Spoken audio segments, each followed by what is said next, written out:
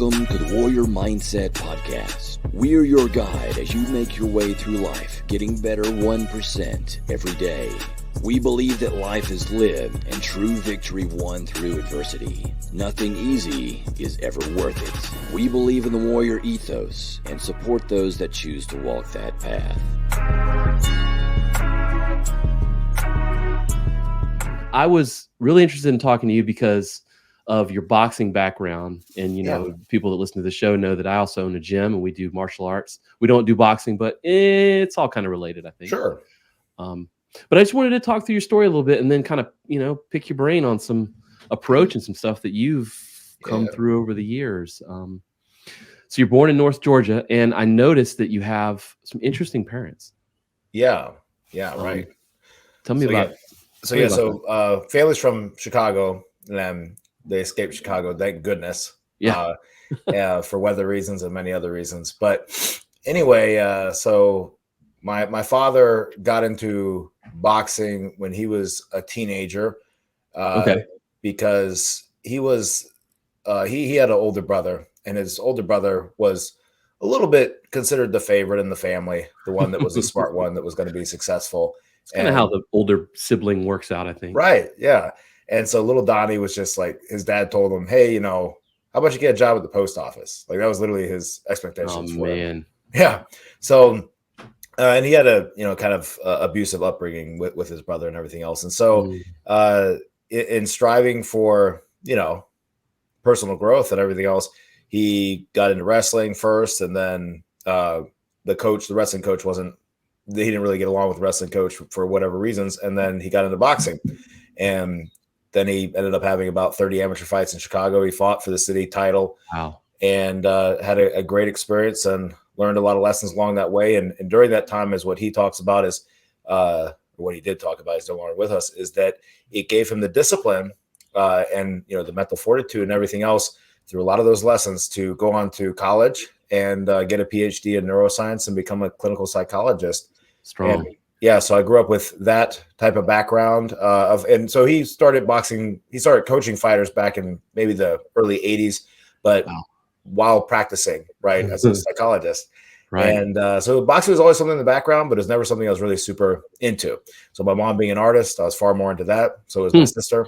And so we have a good mix of backgrounds. And then it wasn't until, you being in the South, ticks are everywhere, right?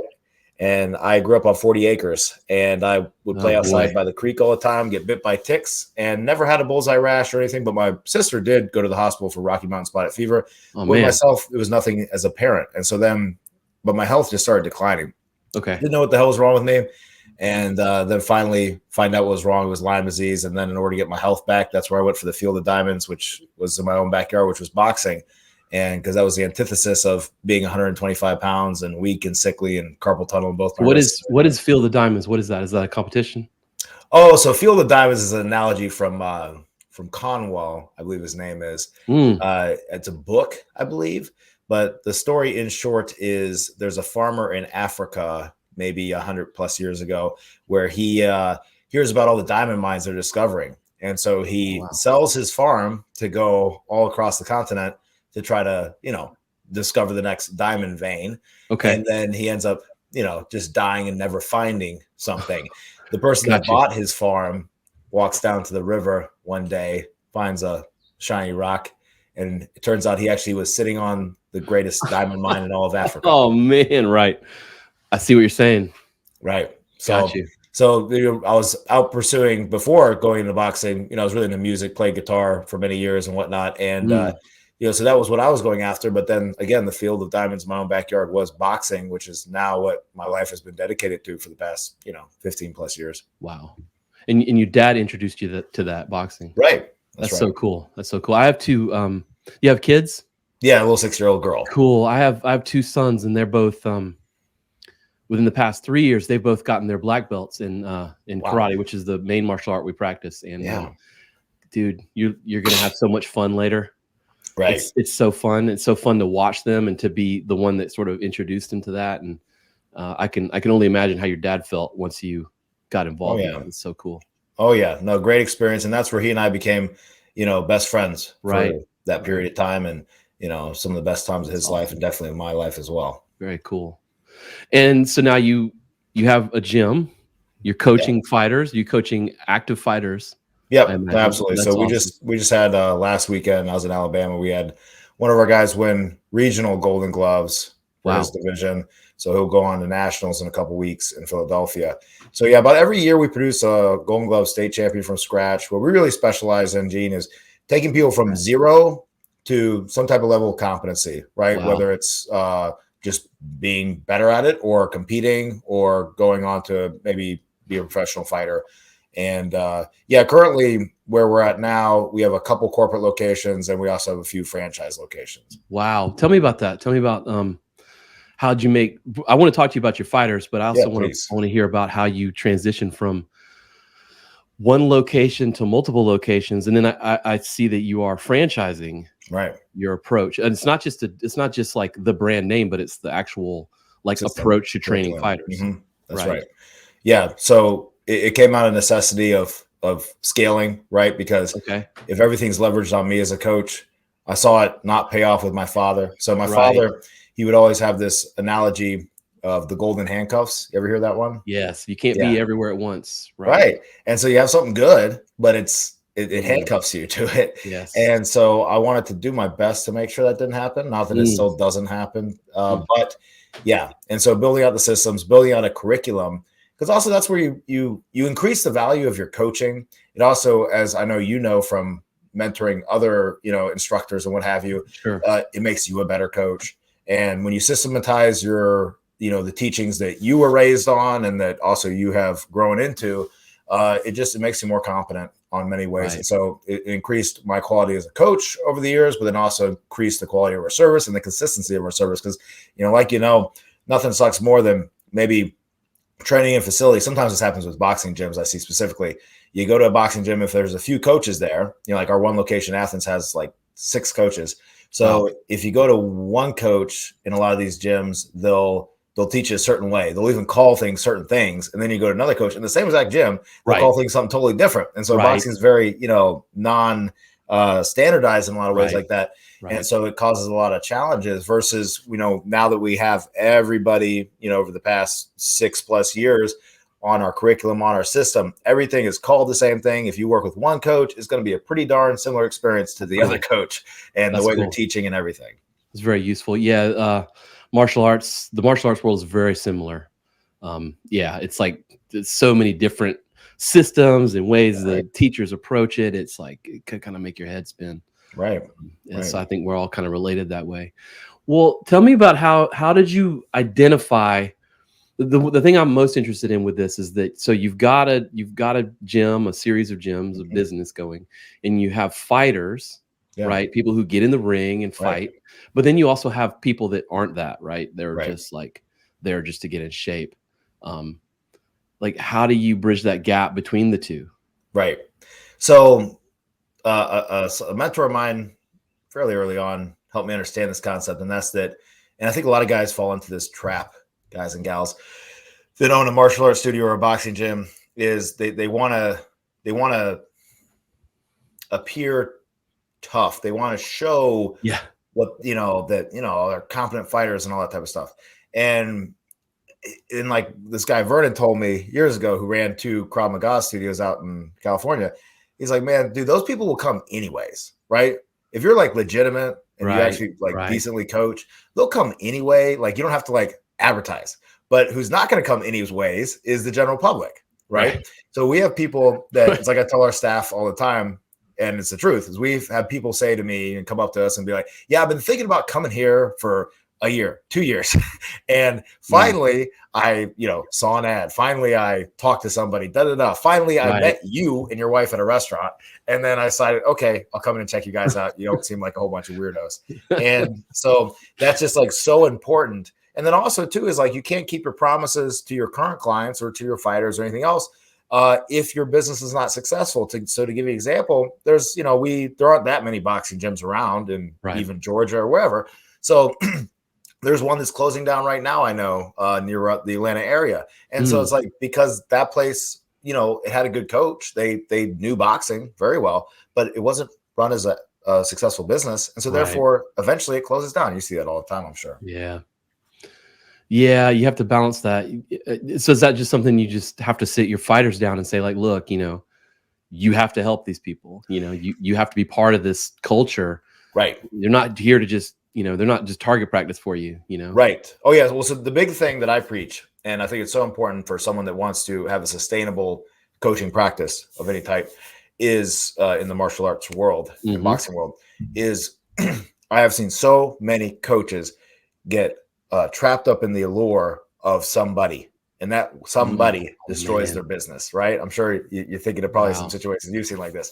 And so I've seen that play out so much where, you got this guy that you're training that is like so dang talented, and it's so easy for you to just get wrapped up in that person. But man, you turn around 5 years later, you've wasted a lot of time. They and they're ready to be done.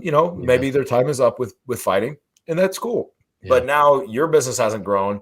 If anything has gone backwards. And then sometimes that individual that you're like holding up as your elite person, if they're not if you don't cultivate the right attributes in them, then they're going to just turn off a bunch of people and ruin the culture. So there's been times where I've had to remove sometimes my best fighters and part ways, in a professional sense, because of making that call. And so like the analogy I use for all of our coaches so they understand is, hey, I don't care if a young Mike Tyson walks through that door, and again, nothing against Mike Tyson, but if a young Mike Tyson walks through that door as he was at that time, ultra talent, but the character traits weren't there at that time, and he's going to destroy the culture. He's going to hurt people, but it's going to be nothing but drama and trouble. And so we're going to ask him to, go check out somebody else. Right.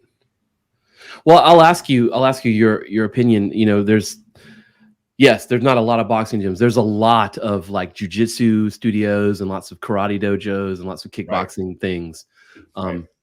And I feel like the business I'm running is what I'm trying to do is fill the gap between just like fitness kickboxing, where it's like turn on the trap music and we dance around and then like fighters, like this is a gym where there's sharks, they're trying to do that. And I'm trying to fill that gap where it's like, we do those things, but we do it light and we do it friendly. And this is what we're here to do. And we get in shape doing it, but you also learn those skills. I mean, do you find yourself sort of like living in that world? Yeah, that's exactly. So how I represent our franchise proposition, but also, just us as a model is, like you said, the gap, right? So articulate it specifically with boxing gyms. You have the gritty boxing gym, hole in the wall, which is what I grew up in basically. And then you have the boutique fitness wearing boxing gloves.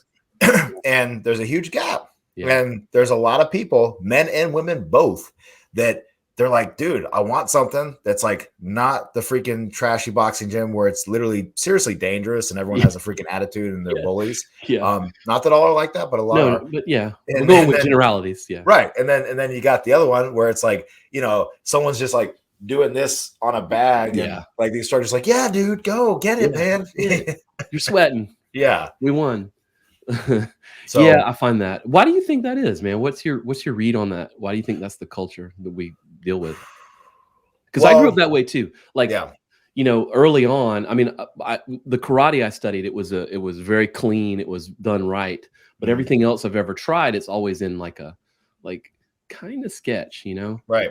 Well, so one thing is that think about combat sports in general. It really attracts probably two main types of people. Okay. So it has a type of person that wants, some reasons I'm sure you got into it, and same with myself, is, you want to better yourself. You want to be more capable, more competent, and have more confidence from that competence. But then there's this other side of folks that do have success with combat sports as well. And sometimes people come for this reason and then they change later, but is they actually like hurting people. Right. So they have a little bit of that, and or maybe they like hurt on themselves. I've seen literally masochistic fighters that I've worked with in the past where they're a glutton for punishment in a sense. And it's just really weird. So anyway, so you have those two extreme personalities, and and if you have too much of the ones, and I see it so often, these guys that want to be bullies and want to literally exploit other people. Also, too, another thing as Yeah. far as the boxing realm that maybe isn't there for the kickboxing or maybe a little bit for kickboxing, but not so much for karate and jiu-jitsu, is that they're I'm very much pro-capitalism, but there is there's a challenge when you have a fighter that, again, like I mentioned earlier, maybe you've sunk 5 years into, and you want them to go pro, and they want to go pro, and then you'll start doing things just differently because you're trying to make good on a financial investment, and you make a lot of mistakes, and that's one reason why I took a couple steps back from pro boxing. Some of my some people I was working with, because it was too much, a little bit too much, not all of it, but a little bit too much of human exploitation, right? Some of these small cards, like in the Southeast and stuff like that, where they're just bringing in people to get beat the hell out of. And I've literally seen people in the out of town dressing room who are mentally disabled, and they shouldn't be fighting, and they shouldn't even be competing as an amateur or as a novice. Right. So that's kind of part of the business, though, right? I mean, kind of setting up a fighter. If you're thinking a year from now to try to get them where you want them to go, you kind of set them up, right? You give them a sort of a trail of wins. Oh yeah, you got to progress them, but there's there's the right way to do it, and there's probably the very capitalistic way you're talking about doing it. Yeah, and so it's like similar with sales, right? It's like, selling a service, and there's certain ways that you say things and present things that are more effective at communicating and influencing, but that's different than scamming, right? Right. And so similar with this, it's like, like you're saying, there's a way you move a fighter, but it's like, dude, you don't need to be putting them up against someone who literally is like actually probably mentally retarded. So yeah, that sucks. That's kind of sad. But that's something the underbelly. It's everywhere, though. It's not just the boxing industry. Yeah. Well, tell me a little bit about the experience that you've had growing from that. Well, tell me first about the first one you opened, the first gym you opened. What did that look like? Yeah, so the first one I opened, I knew nothing about anything besides boxing. So my only work experience is really working at like a Subway restaurant for about 6 months. And so I started off with purely the technician mindset, which is oftentimes, I think, what most like martial arts instructors and coaches do, is they're like, okay, well, I'm pretty good at this, or I'm very good at this, whatever level it is, or maybe you think you're better than you actually are. And then you think that's going to make your business successful. Right. That's kind of how most people start their business, is that I'll do it better than everyone else. Yeah. That's what they're like. That's my competitive advantage. Like that's how I'm awesome. Yeah. Right. And that's my marketing strategy and everything. So that's how I started. But then, very quickly realized that wasn't enough. And that, if a tree falls in the forest and no one's there, it doesn't make a sound. Right. And so if you don't market, no one's going to know you're there, no matter how good you are. And so I started learning those aspects and everything else. And fortunately, who would be my future wife and business partner was a part of my life. And she, her name's Lissa. She actually fought in 16 kickboxing and Muay Thai fights and 4 MMA fights, and did 2 boxing fights under me. And I saw her name as a business partner, but I didn't know she was a fighter too. Yep. We'll get into that in a second. Right. Yeah. Far more accomplished fighter than I ever was. And so it was actually during that time too that we also had to figure out what we were going to double down on, because, having her in my life was a great asset, because she managed the gym for about 9 years. So that really helped me get a lot of the basic systems in lockstep. And then her and I both had to grow together to grow the business. Right. But it was interesting because initially, you start off as a boxing gym. People are like, oh, well, do you do this? Do you do that? Do you do Muay Thai? I know Lissa did Muay Thai. Are you guys going to do Muay Thai? Right. So all this stuff you might hear. And thank goodness for her, because I said, well, hey, you've done these things, so you could teach it. You've instructed, classes at your old gym for this. And she's like, no, we're going to be like the best at boxing. And that was a super big call from her, because that set up the path for our business, because our business would not be as scalable as it is if we were offering more of a buffet of options versus just one singular option that everybody can, so that focus is what you're going to hang your hat on. I dig it. That's right. Just like McDonald's, man. It's like McDonald's doesn't, for freaking 50 years, didn't sell anything besides hamburger, fries, and a milkshake. Yeah. Man, so what does it look like opening the second one? I mean, you've opened a couple in your franchise and things, but what does it look like to open that second one for you? Similar experience. I would say the one thing is that it was brought to light to me recently that when you build up one location and you build up so much momentum that you can put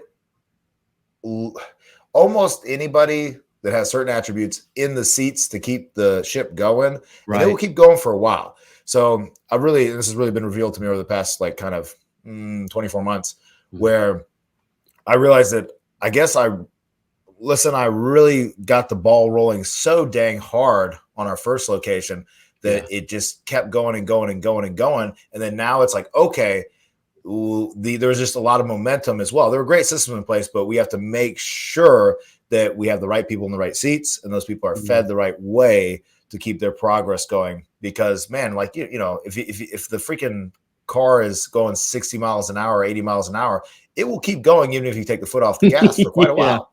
Yeah. So that was so putting the focus on another location, you kind of see that effect happen. But we never even entertained franchising or anything else like that until we were basically out of our first business and were, you know, just having it run by itself largely. And so that, you know, that's the biggest mistake I think people make, is that they're an operator in one business and they think, well, I'll do two, and, you know, I'll split myself in half, and, you know, that never works. Right. Yeah. That's pretty insightful. How did you come to that?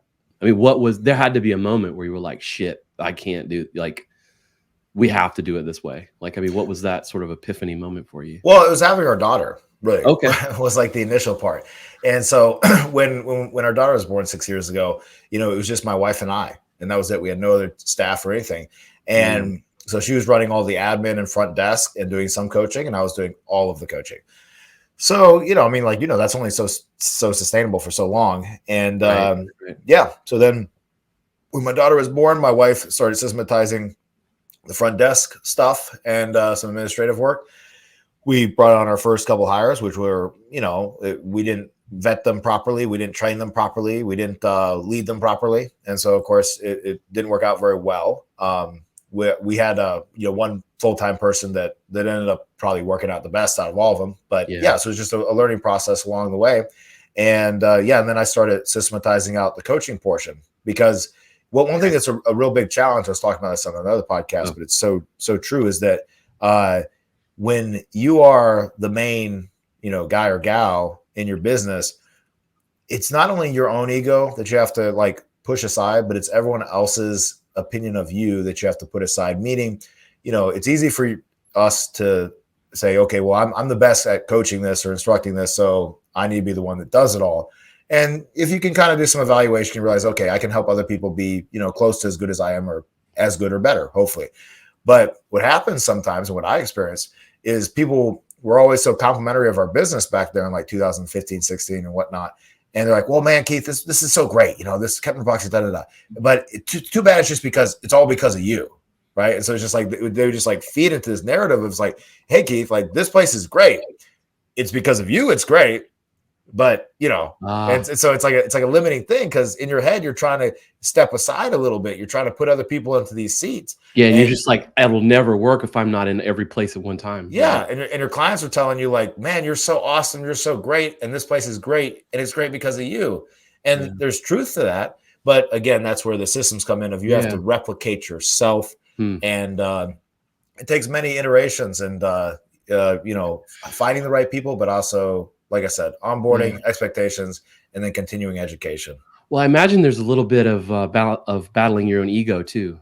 Yeah. Right. Like what about that? I mean, how did you get? I mean, was that a problem for you? Were you like, I have to be the one to do this because I'm the man, you know, versus like, I have to turn this over. Like, there's an entire location with someone else and a whole team of people doing it, and I have to trust that they're doing it. Like, how do you let that go enough? Yeah, well, I guess one thing is, you know, if you want to talk about the places where ego does service, right? Because it's all a spectrum, is that the ego of, am I just going to be this one boxing coach guy that, yeah, sure, I'm great and whatnot, but again, I have the golden handcuff thing that I saw my father go through. Right. Or am I going to let my ego propel me to the next level where it's like, okay, now it's like, oh, look, Keith is successful and he's not in there all the time coaching everything, right? So that served me in that regard. And at the end of the day, it was defining what I was after, which was to grow what I do. And you can only grow so much with just you. You know, even if you're like, you know, these big brands that you see that are built around a personality, there are so many people behind that support that structure. It's not just, you know, anybody you can name. It's not just them, right? There's literally a team behind them. Right. There has to be. Right. That's cool. So on this show, we talk a lot about, you know, goal setting and personal like mantras, like your why, you know, like how do you, what's your personal mantra or your why? Like what gets you there? Yeah. Well, so probably the largest part of my motivation of, you know, and drive of why was being sick and being, you know, I was basically, we were filing for disability at one point. Really? And so, yeah, I was disabled. So how old were you when you solved that problem of being sick? I mean, maybe you never have, from but I mean, sixth grade till onward. So sixth grade onward until, you know, about maybe 26 years of age, I finally got good health. Yeah. Shit. So yeah, and so I missed out on a lot. Thank goodness, because that gave me fuel. But so just the simple concept, Gene, of being able to work, right? The gift of work. And until you've had the gift of work taken away from you, you sometimes don't appreciate it. And so people would always tell me, you know, when we first started off and I'm working, you know, 80 hours a week every week, Keith, oh, you work so hard. And I'm like, well, man, I'm so grateful to work, because I had so many years where, man, the weekend was just like the week, you know, wishing you could get out there and work. Yeah. Yeah. And to have value and to contribute. And so that was the why. And that's where I've used that motivation. And when I tend to forget those times, those struggles, you know, I slack off a little bit. And then the last motivation too is that, you know, we are all going to die, and we all live too much like we aren't going to die. Yeah. But at some point it's going to be over. And at some point you're going to be near the end. And what are you going to have, man? And there's this one, you've probably heard this one. I stole this from Ed Millett, is where I first heard it. But this simple idea and this concept that, like, when you die, what if you meet the person that is your actual actualization of your potential? Oh yeah. And so, man, like, I've heard that described as true hell. Right, exactly. Yeah. Or it could be true heaven, right? Well, where it's hopefully. Like you wanted to be like, man, you're just like me. You know, I've been watching you, and man, we're like identical twins. And then hell is, man, this guy is like nothing like me. Yeah, you should have got off the couch. Right. Man, that's that's a cool one. I've heard that one. Yeah, I didn't know it was where it came from, but yeah, I've heard it described as true hell. Right. Well, how do you? I mean, I know you've got that part right where you've, you know, that's sort of driving you. But even now, how do you? A lot of people I talk to, you know, I do coaching in the gym, and I do some business coaching and stuff like that. Yeah. And it winds up turning into just like life coaching, you know, most of course, because business is, for most people, it's synonymous with life. Right. How do you balance your physical and mental well-being with all this business? Because I imagine, you know, having locations you're responsible for, whether you're in there every day or not, it's still stress. Right. Working on the franchising, you're not just like set it and forget it. I can already tell that about you. Right. That's stress. Like, and you got a wife and a kid. I mean, how do you balance that with actually staying fit, mentally fit, not like ready to just go into the woods and never come back out? Right. Great point. So one thing is this sounds semantical, but remember, Gene, that when I did stop boxing because of a neck injury in 2010, I did consider trying to just take the bar to become a lawyer. So I really do love semantical arguments and discussions. But let me go semantical on you. So yeah, and you've probably heard this, is that it's not so much a balance, it really is an integration, right? So how do you integrate it? And one thing that's beautiful about this type of industry is that it's not restaurants, dude. Yeah, if I was doing the freaking restaurants and I was trying to balance my health and fitness, good freaking luck, dude. Good luck, right? But here I am if I'm at a location, or if I'm like quote unquote stuck, right? Because we're never stuck. But if I'm you know, in a smaller mindset, thinking, oh man, I'm stuck, I have to be here at this one place or whatever, dude. I mean, there's stuff around. You know, there's stuff around to work out. I'm in a flipping, you know, gym. Like in a gym, it's like, dude, it's like osmosis that it's like it should have an effect on me. And then also as well, when you set yourself up to have other people have expectations of you, right? So I'm in a position where if I really just start going downhill hard physically with my health, and it's because of something I can control, then I mean, man, what's that articulating to everybody else? So having that peer pressure around you is so important. And that's also the last thing too. What I love about working with fighters and things like that is that, and also just general public that are improving their health, is that, man, like the average of the 5 people you're around, you know, that type of concept. Yeah. If I'm around a bunch of these freaking 20-year-olds and whatnot, and they're in amazing shape, best shape of their life, and they're maybe best in the region and whatever, dude, that can't help but rub off on my reflexes, my time, and how I hold myself and how I move myself. And also, last thing, how I perceive, right? So when I was living in Mexico with my father and boxing down there, we were around a lot of expats, right? Former, Americans that moved down there. Yep. And, these people, they're adventurous. That's why they moved out of the United States to go live somewhere else and have that type of life. But they're older. They're in their 60s, but their mindset was like they're freaking like 25. And so to see that, I was like, dude, it's like, man, when you're old, it's like, 1, you're not moving. 2, your mindset, you're just having this mindset of I'm an old person now, right? I love it. That's awesome. Spoken like a true fighter, man. What's the difference between, I mean, obviously other than the, straightforward things we can see on TV, what's the difference between boxing in Mexico and boxing in America? I mean, what's it like? That's a great question. Yeah. So now over the past, then versus years, now too, I guess. Right. So over the past 10 or so years with social media and whatnot, the answer I'm about to give you is changing. Right. Sure. But generally though, in Mexico, it's a very, very macho culture. It's very much like old school America, right? And there's a lot of positives to that. So it's this idea of, manliness. And so these guys down there, they default right to just banging back and forth, back and forth. I've heard that. That's why. Right. And so like literally everybody, not everybody, but almost everybody, they're just, so what I was used to going down there is I have some power. And so I was used to hitting somebody hard up here. And even if they're a good fighter, depending who they are, they're going to get on the bicycle. They're going to move around a little bit and make it difficult for me to unload on them. Right. Because they're smart. They're going to try to catch me coming in and whatnot. Right. So now with these guys, a lot of them, you hit them hard. They're standing right in front of you. And then they're just going to hit you right back hard. And then you'll hit them hard again, clean. And you're like, dude, like, isn't that going to shut you up for a second? No, they're like, boom, boom, boom. You're like, nope. Dude, bro. And that's one way to beat someone that, thinks they're a hard hitter, is to take their best shot and come right back at them. Cause it's just like, it's deflating.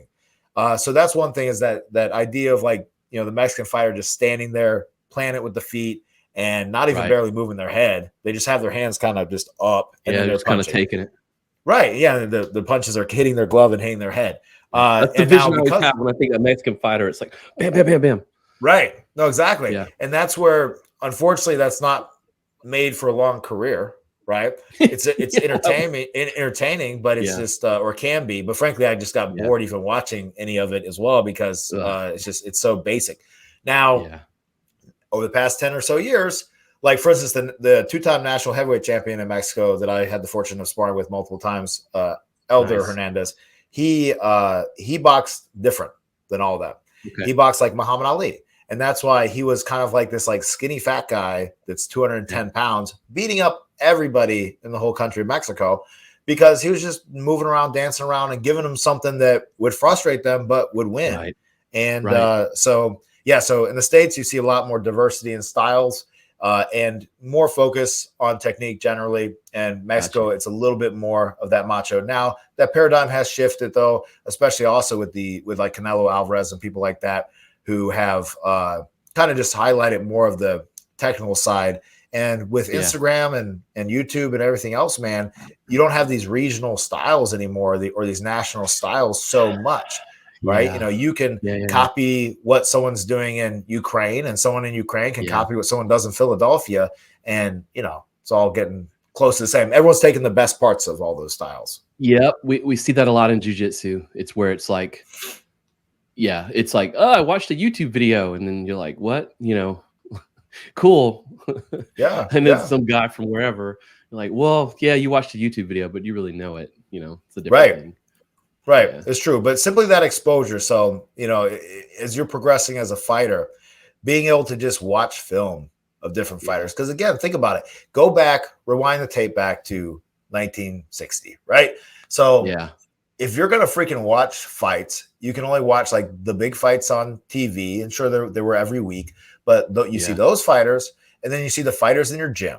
And then when you go to competition, you see those fighters. So it was legitimate that, like, hey, if you are in the Midwest and then you go down to, like, I don't know, go down to Mexico, you wouldn't have necessarily seen that style and vice versa. Right. Right. That makes sense. That's interesting. What other, that's fascinating if we think about it, because we're just kind of going through our day, right? We're not like thinking about like, hey, this is the impact of technology on everything we do. But it's really there. I mean, where else have you seen that? How have you leveraged some of that in your own franchising? What are some of the things you're doing? Well, it's a really open-ended question, Gene. Yeah, it's very open-ended.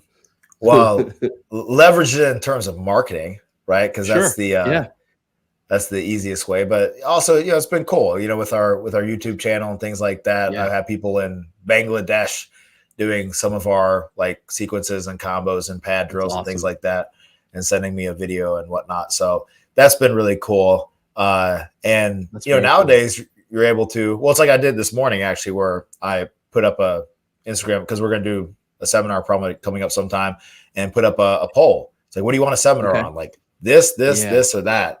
And already it's kind of really showing that one of them is more wanted. And I was like, man, I never would have guessed that it was like that one. That's cool. Yeah. And, I don't know about you, when I was first coming up through all this random stuff I was doing, it was just like, I do what that guy tells me, and that's it. And he did what his guy told him, and that's it.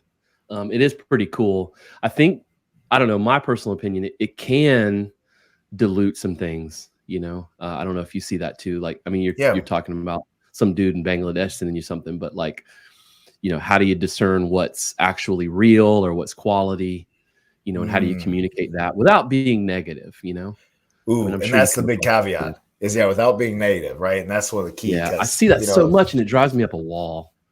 Yeah. Like, we don't have to tear each other down, we can be like, I'll show you what's good by showing you what's good. Right. I'm not going to tell you what's good by telling you this guy's crap. That's my personal approach. Right. No, exactly. It just drives me crazy.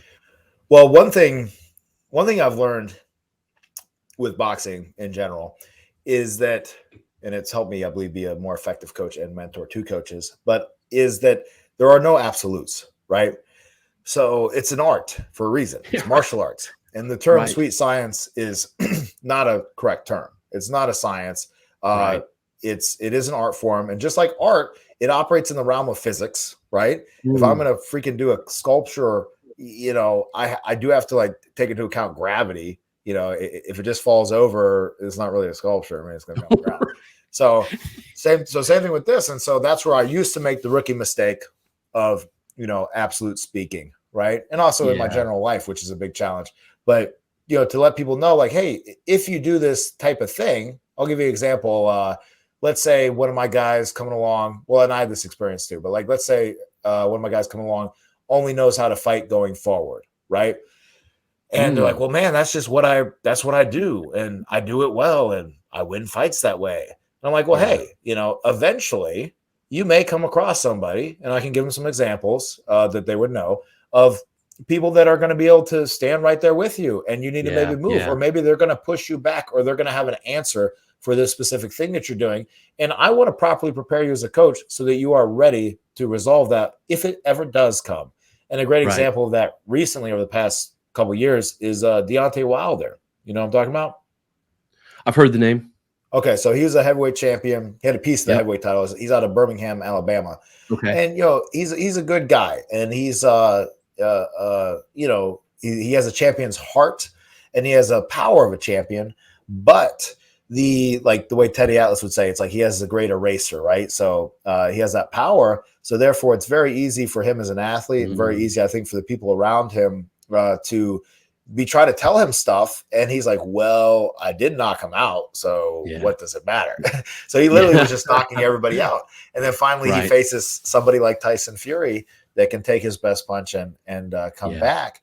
And now he has to actually fall back down on his boxing technique, which is not as much as it could be or should be at that level. And so that's where I'll use examples like that to help demonstrate to people. It's like, hey, look, dude, like, sure, you have a great this or great that or a great chin. But hey, man, Ali had a great chin. I don't want you to end up like Ali. I don't want you to rely on that. I want you to be like the guy, let's say Mayweather, or let's say even just these different fighters, Sugar Ray Leonard, who they weren't just like, I'm going to rely on my jaw and my personal fortitude to take punishment. I'm going to rely on my athleticism, my technique, and everything else, so that you have that as a backup. That's your backup. You have a 40-year career, right? Right. And also, like, as a fighter, if I'm a fighter and I have great defense and offense, and if I'm tough, the toughness should be the last resort. It should be when something breaks through the castle walls, I have that reserve. But man, it shouldn't be my first thing of like, okay, let me like make sure I'm tough first, or let me rely on toughness and have no defense and everything else. What a great analogy for business too. Right. It exists there too. I feel like so many people in business, they rely on that, right? They rely on the fact that like, well, I'll just stay up all night, or I'll just keep grinding. And it's like, yeah, that's good. You're going to need that. But also you need to be a little smart too. Like you need to study and you need to get ahead of that. Like if you're always in that position where you're always on your heels, staying up all night, crunching deadlines, like you're not doing something right. Right. Well, and one way I like to say it, like you're saying with the work ethic portion or with the toughness portion in fighting, that is a requirement to show up to the party. Right. Yeah. Like you got to be driven. Like, you can have all the skills in business or all the knowledge. And if you're not driven and have work ethic, it's not worth anything. And same thing as a fighter. You can be in great shape and you can be tough, but you cannot have the skills to take you to the next level, and it's not going to be worth anything. Or you can have all the skills and not be driven and not be in conditioning, and that's worthless as well. So it's what's required to show up to the party. No kidding. And you can't coach that. Right. You cannot. It's like, and now you see it. It's like there or it's not. Right. It's there or it's not. And that's where it's like that one gentleman I was telling you about that, won the regional tournament. Yeah. He was telling me about his first time sparring back in 2020, and he never got punched in the face before. He played baseball. Yeah. He played baseball. He's always been athletic. And one thing interesting, side note, is that him being a smaller athlete, about 132 pounds, a lot of sports like baseball and football and basketball, he's way too small for. So that's what's cool about martial arts is it gives you a pathway to use your athleticism against your own weight class, of course, or people around your size. That's true. Now, the second thing, though, is that he was telling me, so I didn't know, Coach, if I was going to be one of those people that cower when I get hit, right, and freeze up when I get hit, or if I'm one of those people that hit back. And he ended up being very much one of those type of people that just hit back automatically. And so that's what's so beautiful, like, about martial arts is you learn that about yourself. And then, like you said, it's not coachable. You can't coach it. But within somebody and within themselves, I think there is that possibility. So I'll give you an example with myself. So when I started boxing as a 17 years of age, I was a little bit of, I would take the punishment, but I wouldn't deliver it back. So I had to learn how to get it back, versus like just, okay. Right. So I just had this like attitude of like, oh, I'm going to stay here. I'm going to be immovable, but you are going to get a lot of shots against me. And I'm not necessarily going to get you back quick enough. So kind of training that attitude. And then the last thing too, similar to what I talked about with the two types of personalities with, combat sports and boxing and everything else, I had to cultivate a little bit more of that killer. Right. So I would hit somebody hard. I would work up to the point of it's like they're about to get knocked out. They're about to get stopped. But then I would kind of have this little back off, right? This turn off switch that we have as, modern, socialized humans, which is a good thing. Right. But to be able to, in that conditional situation, being able to turn it on and go past that without emotion, without anger, without anything, and execute, like a sniper executes. And that's how the mindset I had to adopt is I had to be like a sniper where it's like, you can't be emotional about that kill, but you have to do that kill for the betterment of, everything else. Right. What a tightrope to walk, coaching people that do that versus people that don't do that, man. Right. Exactly. Man, yeah. Well, I'm going to tell you something, and then I want to get an example from you. So, okay. And you touched on it. One of my favorite moments in teaching people and coaching people is what you were just talking about. That moment when you kind of craft this scenario, right? Which is why it's so rewarding. You craft this thing and you put them in this crucible or whatever it is, and then they see that they're like, I'm not failing. My training works, and it sort of clicks. That's that's what gets me out of bed, is to do that, right? And to see that moment as someone. What is one of your favorite things? Like, what is one of the things that gets you like excited? Makes the hair on your arm stand up? Well, I mean, really, we do talk about in the coaching aspect. Yeah. Or I mean, whatever, coaching, fighting. We'll stick on the coaching. Picking your daughter up from school, whatever it is.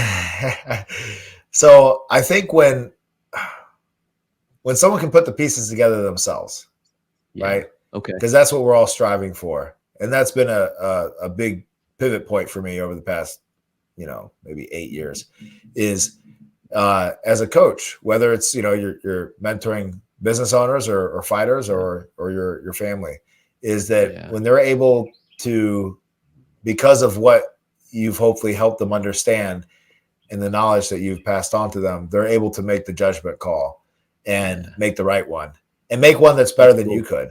Yeah. And so I did not have a lot of success as a fighter, but I'm happy to say I've produced many people who have gone far beyond where I was.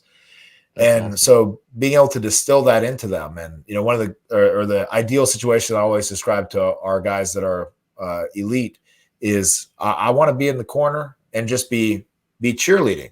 And I know that sounds wrong because it's like, you hear a lot of times people say, oh man, all that coach does is cheerlead. Well, if all your dude is doing is right, you can just cheerlead them. Right. Yeah. So I don't want to be in a position where I'm like in the corner trying to like correct some major strategical flaw you have. You made a mistake, I guess, earlier. Right. Exactly. And so I just want to be like, man, there you go. That's right. Boom. Right. Just like that. Keep that up. That's all I want to be saying. And that's so that's one of the biggest thrills is, man, you see that person go on to be an independent entity, which is what I think any great coach strives for, is that you build up that person so they're self-reliant. They don't rely on you as a coach anymore. And that's what I'm happy to say with a lot of our higher level athletes. They can train by themselves. I can rely on them to be on condition. I don't have to stand over them. And it's taken a level of me minimizing my tolerance on people that don't. And that's, again, one thing for anyone that's starting a martial arts studio or a boxing studio or at a different level at it or wherever, is when you foster that type of environment, when you get enough momentum with it, it will actually attract people. You'll attract better people. And like what has been described to me by a lot of our fighters now is that, hey, it's like you realize it's an honor to get the opportunity to compete, to get the opportunity to fight, to represent the facility and things like that. So therefore you take that seriously in all ways, by being a good team member, by of other members who are way less than you, and by being prepared and doing everything you need to do, because you realize that it's not a given that you get the opportunity to do that. And people that everybody appreciates the positive and supportive environment.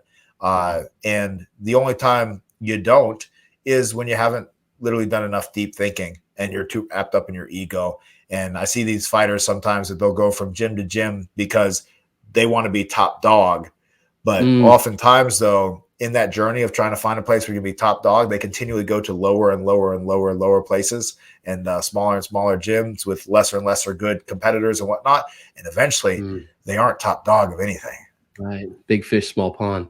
I think that's a great testament. That's a great testament what we were talking about earlier, where you are mentally with your own personal career, and that, I mean, you're genuinely finding like enjoyment out of it. I mean, that's a good lesson for all of us, I think, is using that ego to get you there, right? Applying it to like, my ego is going to drive me to make this bigger than me, but also letting it go a little bit to realize it's okay if it's bigger than you. You don't have to be the center of the universe, because you kind of will still wind up being the center of the universe.